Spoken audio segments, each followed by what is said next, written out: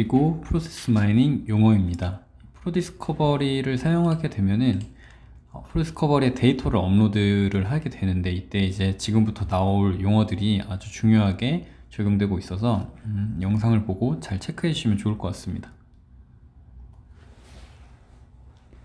제가 이제 화면에 보이는 그 샘플 데이터를 하나를 준비를 했어요. 이 데이터는 이제 제조 쪽, 그러니까 어떤 상품이 만들어지는 과정의 프로세스를 나타난다고 생각을 하고 만들었는데, 우선 컬럼명을 보시면 케이스 아이디, 이벤트 아이디, 액티비티, 타임스탬프, 그리고 생산 라인, 이렇게 5가지 컬럼을 확인을 하실 수가 있습니다.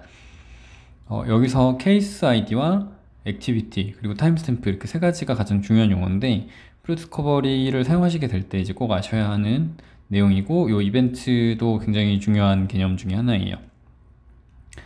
우선 쉽게 이해할 수 있는 부분부터 말씀을 드려보면은, 이 액티비티는 이제 원래 저희가 알고 있는 단어죠. 작업이라는 뜻인데, 지금 이제 어떤 상품이 만들어진다고 가정을 했잖아요. 제조 쪽이라고 하니까 어떤 상품이 만들어질 때 이 액티비티들이 주문, 생산 계획, 작업 1, 작업 2, 작업 3 이런 식으로 이제 액티비티가 들어가 있고, 그래서 이 액티비티들을 보면은 어떤 제품을 만드는데 그 제품이 주문으로부터 시작을 해서 생산 계획이라는 액티비티, 그 다음에 작업 1, 2, 3, 4 라는 액티비티 순으로 진행이 됐구나 라는 거를 아실 수가 있어요.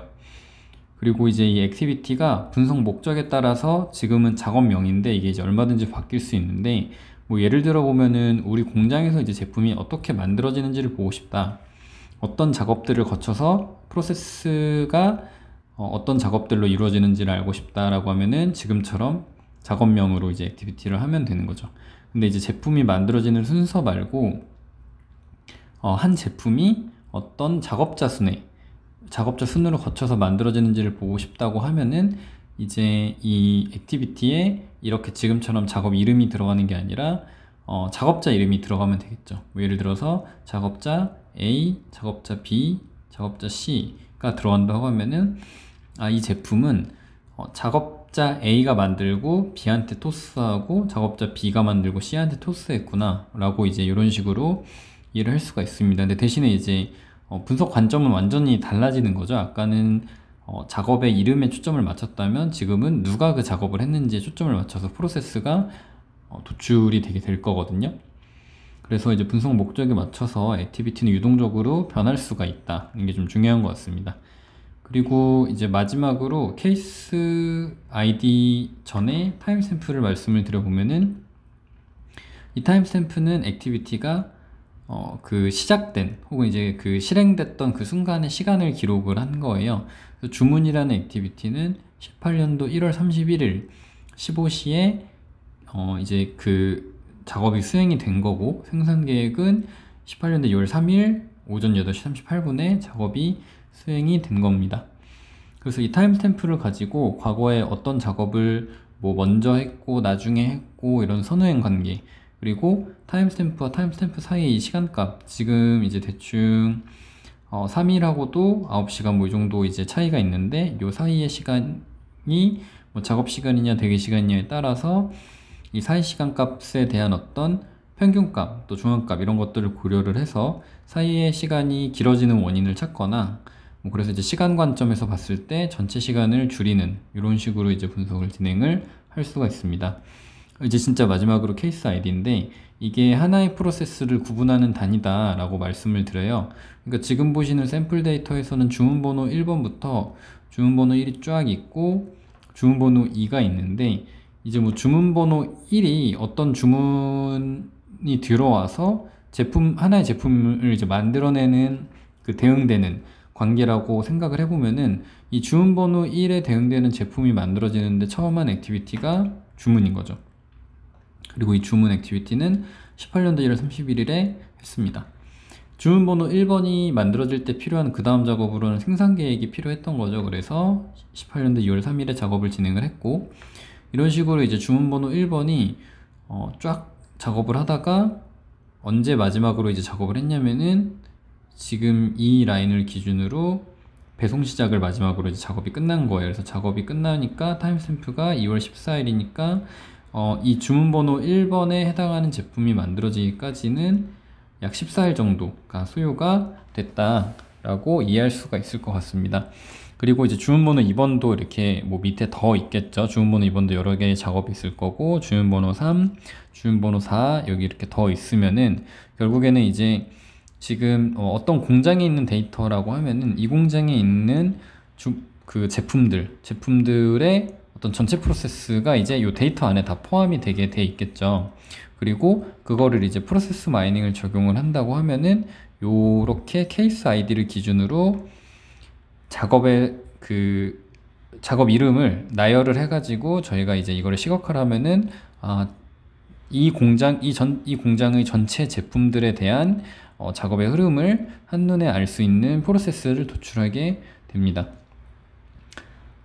그리고 이제 이벤트 아이디 같은 경우에는 이벤트 아이디 또 뭐 이벤트 이렇게 부르셔도 되는데, 이 이벤트는 한 개의 로우라고 생각을 하시면 돼요. 지금 여기 1번 이벤트 같은 경우에는 한 개의 로우면은 여기서부터 여기까지 다 해당이 되는 거잖아요. 그래서 한 개의 이벤트는 한 개의 로우인데, 이게 이제 2번 이벤트, 3번 이벤트 이제 이런 식으로 이렇게 숫자가 올라가죠. 이거 2번 이벤트라고 이렇게 부르는 일은 없는데, 이제 좀 이해를 쉽게 설명을 좀 용이하게 하기 위해서 이렇게 부르는 거고, 2번 이벤트에는 이제 주문번호 1번 케이스에는 지금 12개의 이벤트가 있죠. 이 12개의 이벤트가 곧 작업이 몇 개 됐는지랑도 연결이 되잖아요. 보면은 이제 이 작업 수와 이벤트 개수가 동일하거든요. 뒤에도 그럴 거라서 이제 뭐 케이스당 이벤트 수 뭐 이런 개념이 있습니다. 나중에 말씀을 드릴 건데, 프로디스커버리 내에서 쓰이는 지표 중에 하나로 이제 분석할 때, 프로세스 관련 분석하실 때 좀 활용을 하실 수가 있어요.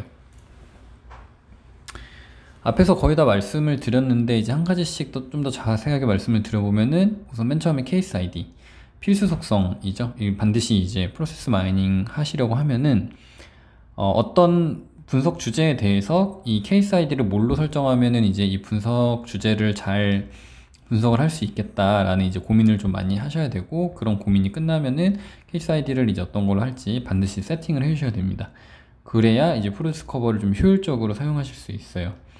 그리고 말씀드렸던 것처럼 케이스 아이디는 하나의 프로세스를 구분하는 단위인데, 이제 여러 개의 케이스 아이디가 모여서 전체 프로세스를 표현하고 있습니다. 그리고 하나의 케이스 아이디는 이제 여러 개의 액티비티를 가지게 되는데, 이거는 생각해보면 되게 당연한 건데, 예를 들어서 아까 주문번호 1번 제품에 대해서 얘기를 했잖아요. 주문번호 1번 제품이 액티비티가 한 개도 없다 라고 하면은 아무런 작업도 안 하고 주문번호 1이 만들어졌다는 건데, 그럴 수는 없는 거잖아요. 이제 뭐 데이터가 누락이 됐거나 혹은 이제 뭐 데이터 정합성에 문제가 있더라 하더라도 케이스 아이디, 한 개의 케이스 아이디에는 액티비티가 최소 한 개 이상은 있어야 이게 케이스 아이디로서 가지는 의미가 있을 거고요. 그리고 이제 어떤 것을 케이스 아이디로 하느냐가 되게 중요한데, 분석 주제에 맞춰서 다른 속성 값들을 좀 결합을 하는 경우도 있어요. 원래 케이스 아이디가 주문번호 1이면 아까 얘기했었던 이제 주문번호 1이 어떻게 만들어지를 보는 건데, 이건 이제 제품 관점에서 보는 거고, 여기에 이제 19년도 8월 20일이라는 뭐 제조 날짜를 이렇게 언더바를 기준으로 붙이게 되면은 19년도 8월 20일에 주문번호 1번 제품이 어떻게 만들어지는지를 본 거죠. 근데 이제 이 제품이 만들어지기까지 8월 21일, 8월 22일까지도 있을 수도 있는데, 어쨌든 이 케이스 아이디에는 8월 21일, 8월 22일 개념은 그때 그 시행됐던 작업은 들어가지 않겠죠. 그래서 딱 이렇게 뭐 날짜를 기준으로 나누는 경우도 있고, 분석 목적에 따라서 케이스 아이디는 다양하게 바뀔 수가 있습니다. 그리고 앞서 말씀드렸던 것처럼 주문 번호를 케이스 아이디로 하냐, 담당자 이름으로 하냐에 따라서 동일한 맥락으로 이렇게 가지는 의미가 서로 달라지게 되죠. 이제 이 부분 한번 읽어보시면 좋을 것 같고요. 그리고 액티비티는 프로세스를 식별할 수 있는 행위가 되는 기록, 뭐 이렇게 적혀져 있는데, 사실 지금 너무 명확하죠.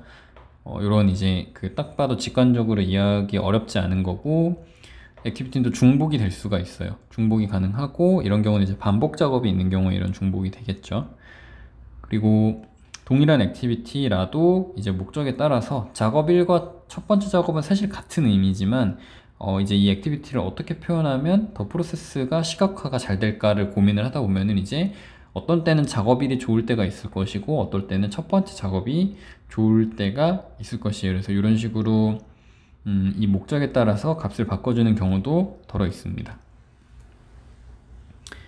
타임스탬프도 되게 명확한데 이제 수행되는 시점이라고 말씀을 드렸고 말 그대로 언제 수행됐는지라는 거죠. 그래서 이 타임스탬프를 기준으로 프로세스를 분석을 하고 또 타임스탬프 기준으로 정렬을 해서 작업이 어떻게 진행이 되는지 순서를 알 수가 있는 거죠, 저희가. 그래서 데이터 안에 잘못된 타임스탬프가 있으면은 잘못된 프로세스가 도출이 되게 될 겁니다. 그리고 이제 액티비티 사이 시간 관점의 지표값을 구할 수 있어서 작업시간, 대기시간 이제 이런 얘기들을 이 타임스탬프를 이용해서 할 수가 있고요. 그리고 리소스라는 이제 이 선택 속성이라고 적혀 있는데 리소스라는 개념은 이제 앞에서 말씀을 안 드렸는데 이거는 이제 필수 속성은 아니지만 포함하는 게 권장되는 속성입니다. 그래서 이 리소스라는 속성은 부가적인 거예요. 그러니까 케이스 아이디나 액티비티, 타임스탬프 같은 것들 제외하면은 이제 그런 중요 컬럼들, 필수 속성들 빼면은 대부분의 컬럼들을 리소스라고 할 수 있는데 이제 앞에서 제조 데이터라고 했던 거의 리소스는 이런 식이죠. 어떤 제품이 어떤 생산 라인에서 생산이 됐는지 혹은 이제 그 작업을 어떤 작업자가 작업을 했는지 혹은 뭐 그 제품의 상위 카테고리 이런 식으로 이제 여러 개의 데이터들이 이제 리소스로 활용이 될 수가 있고 이거는 이제 분석 목표를 위해서 다양하고 적절하게 활용하면 좋은데 많으면 많을수록 좋은데 사실 데이터가 이제 많다 보면 또 데이터가 많음으로써 발생하는 여러 가지 문제점들이 있죠. 그래서 어느 정도는 적절하게 그 현업 혹은 이제 뭐 기획자 뭐 혹은 이제 분석가의 그 관점에 따라서 쳐낼 그 컬럼들은 쳐내고 혹은 이제 포함시킬 것만 따로 포함을 시키고 뭐 이런 식으로 이제 좀 적절하게 조정을 할 필요가 있을 것 같습니다. 그래서 이거는 이제 다양하게 분석을 관점을 가져갈 때 활용을 하시면 좋아요. 여러 속성을 리소스로 활용할 수 있습니다.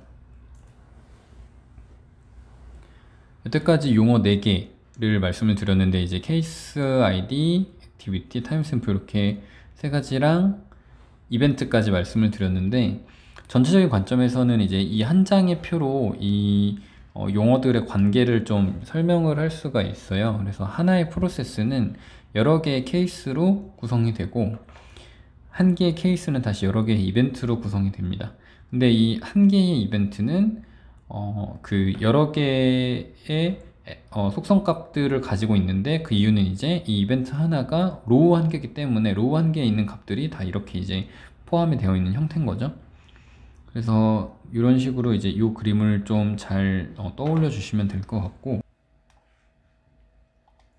그래서 최종적으로 왼쪽에 표를 보시면은 이 표는 지금 이 타임 시간을 기준으로 이제 가장 빠른 시간을 가장 위에 놓고 이제 정렬이 되어 있는 순서인데 이러한 표를 프로 디스커버리에 넣게 되면은 이런 중간 과정들을 거치게 돼요.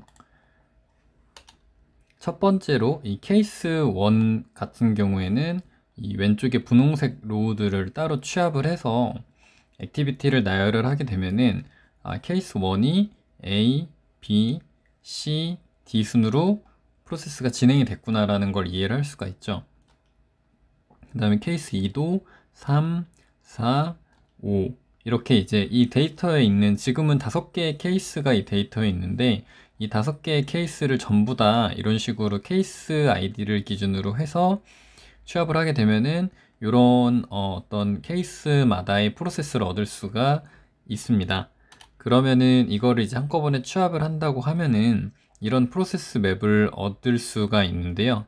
이렇게 프로세스 맵을 얻게 되니까 그전에는 이제 데이터상으로는 보이지 않았던 어떤 특징들이 보여요. 예를 들면 모든 프로세스가 A라는 액티비티로 시작을 해서 D라는 액티비티로 종료를 하는구나 라는 것도 이제 한눈에 보이게 되죠. 이런 게 이제 그 프로세스를 적절하게 시각화를 잘 했을 때 얻을 수 있는 시각화의 장점 중에 하나인 것 같습니다.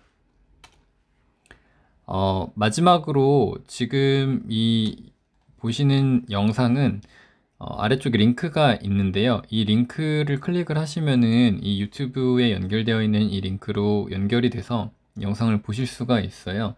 이번에 오버뷰 영상에서 말씀드린 내용을 이런 이미지와 함께 쉽게 설명한 영상이라 한번 보고 마무리를 하시면 좋을 것 같습니다. 이상으로 오늘 영상을 마치도록 하겠습니다. 감사합니다.